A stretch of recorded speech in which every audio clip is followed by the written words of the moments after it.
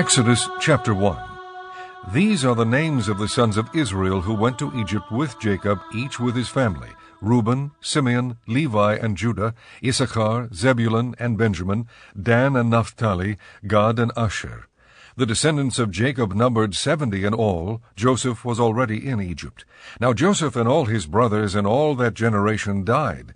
But the Israelites were fruitful and multiplied greatly, and became exceedingly numerous, so that the land was filled with them. Then a new king, who did not know about Joseph, came to power in Egypt. "Look," He said to his people, "the Israelites have become much too numerous for us. Come, we must deal shrewdly with them, or they will become even more numerous, and, if war breaks out, will join our enemies. Fight against us and leave the country." So they put slave masters over them to oppress them with forced labor, and they built Pithom and Ramses as store cities for Pharaoh.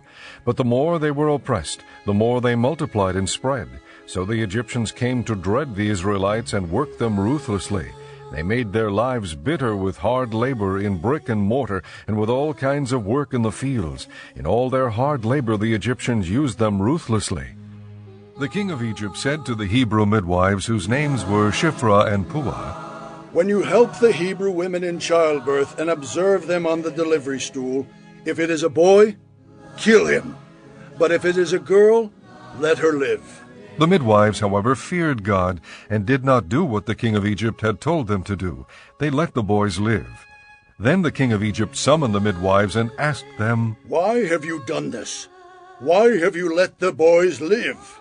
The midwives answered Pharaoh, "Hebrew women are not like Egyptian women. They are vigorous and give birth before the midwives arrive." So God was kind to the midwives, and the people increased and became even more numerous.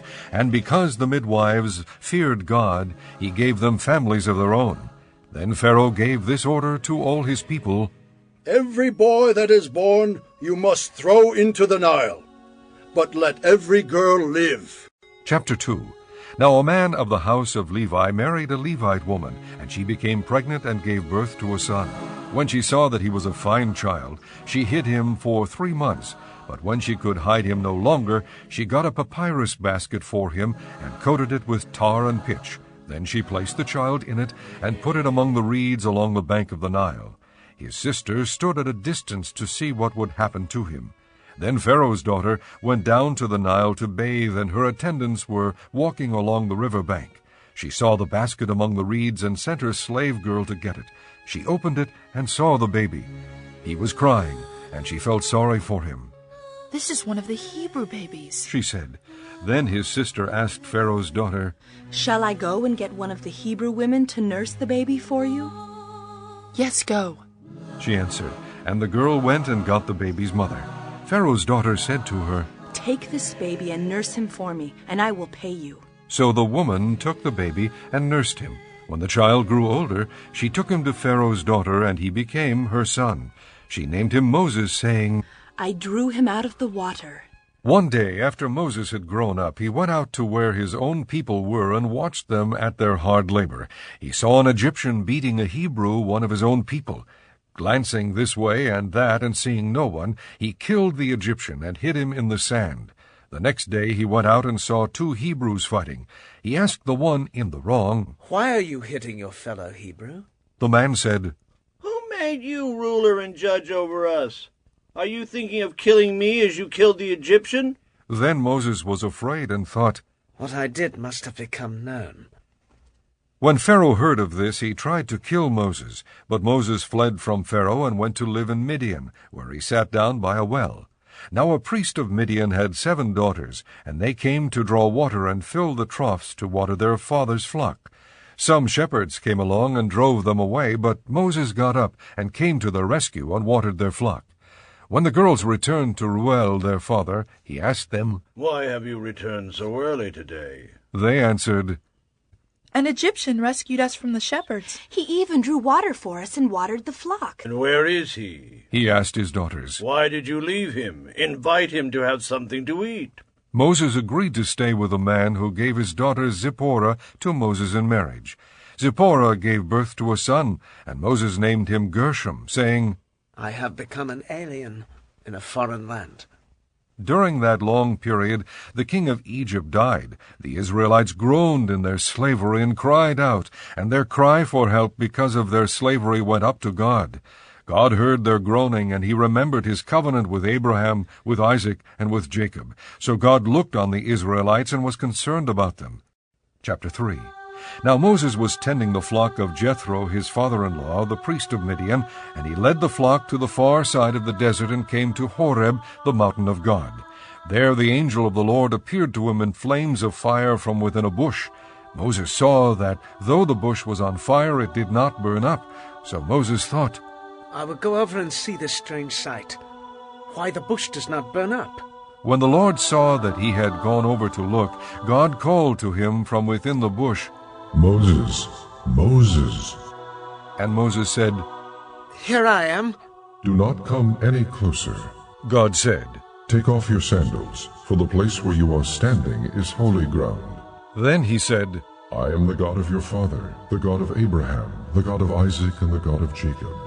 At this Moses hid his face, because he was afraid to look at God. The Lord said, I have indeed seen the misery of my people in Egypt. I have heard them crying out because of their slave drivers, and I am concerned about their suffering. So I have come down to rescue them from the hand of the Egyptians, and to bring them up out of that land into a good and spacious land, a land flowing with milk and honey, the home of the Canaanites, Hittites, Amorites, Perizzites, Hivites, and Jebusites. And now the cry of the Israelites has reached me, and I have seen the way the Egyptians are oppressing them. So now go. I am sending you to Pharaoh to bring my people, the Israelites, out of Egypt.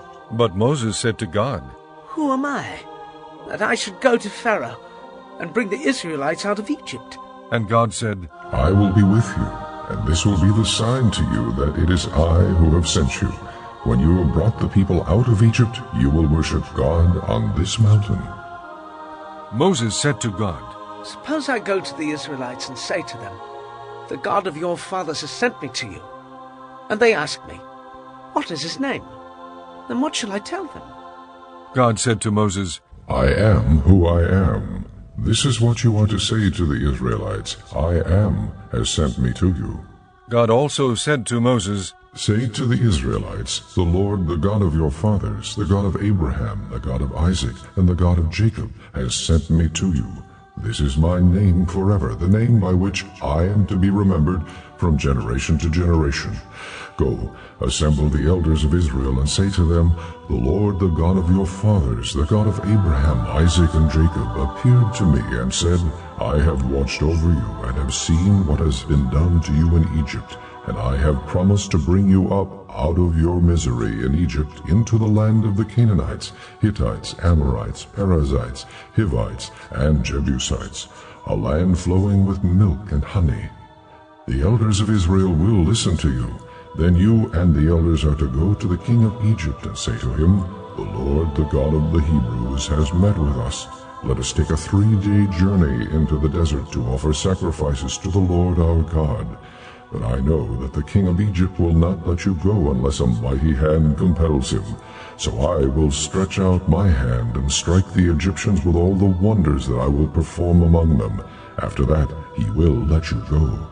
And I will make the Egyptians favorably disposed toward this people, so that when you leave you will not go empty-handed. Every woman is to ask her neighbor and any woman living in her house for articles of silver and gold, and for clothing, which you will put on your sons and daughters, and so you will plunder the Egyptians. Chapter 4.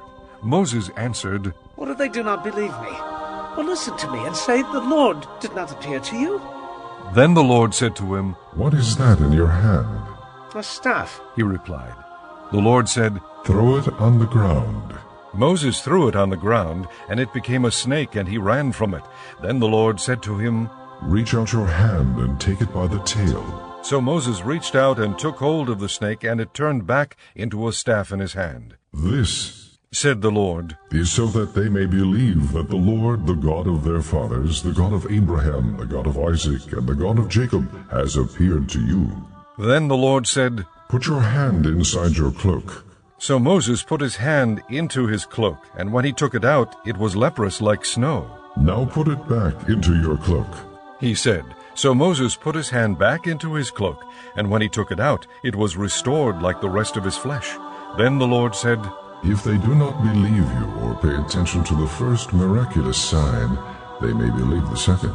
But if they do not believe these two signs or listen to you, take some water from the Nile and pour it on the dry ground.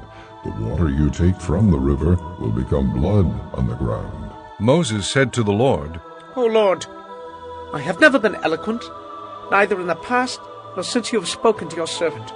I am slow of speech and tongue. The Lord said to him, Who gave man his mouth? Who makes him deaf or mute? Who gives him sight or makes him blind? Is it not I, the Lord? Now go, I will help you speak, and will teach you what to say. But Moses said, O Lord, please send someone else to do it. Then the Lord's anger burned against Moses, and he said, What about your brother Aaron, the Levite? I know he can speak well. He is already on his way to meet you, and his heart will be glad when he sees you. You shall speak to him and put words in his mouth. I will help both of you speak, and will teach you what to do. He will speak to the people for you, and it will be as if he were your mouth, and as if you were God to him. But take this staff in your hand, so you can perform miraculous signs with it. Then Moses went back to Jethro, his father-in-law, and said to him, Let me go back to my own people in Egypt, to see if any of them are still alive. Jethro said, Oh, and I wish you well. Now the Lord had said to Moses in Midian, Go back to Egypt, for all the men who wanted to kill you are dead. So Moses took his wife and sons, put them on a donkey, and started back to Egypt. And he took the staff of God in his hand. The Lord said to Moses, When you return to Egypt, see that you perform before Pharaoh all the wonders I have given you the power to do. But I will harden his heart, so that he will not let the people go. Then say to Pharaoh, This is what the Lord says, Israel is my firstborn son. And I told you, Let my son go, so he may worship me. But you refuse to let him go, so I will kill your firstborn son. At a lodging place on the way, the Lord met Moses and was about to kill him. But Zipporah took a flint knife, cut off her son's foreskin, and touched Moses' feet with it. Surely you are a bridegroom of blood to me, she said. So the Lord let him alone. At that time she said bridegroom of blood, referring to circumcision. The Lord said to Aaron, Go into the desert to meet Moses. So he met Moses at the mountain of God and kissed him. Then Moses told Aaron everything the Lord had sent him to say, and also about all the miraculous signs he had commanded him to perform. Moses and Aaron brought together all the elders of the Israelites, and Aaron told them everything the Lord had said to Moses. He also performed the signs before the people, and they believed. And when they heard that the Lord was concerned about them and had seen their misery, they bowed down and worshipped.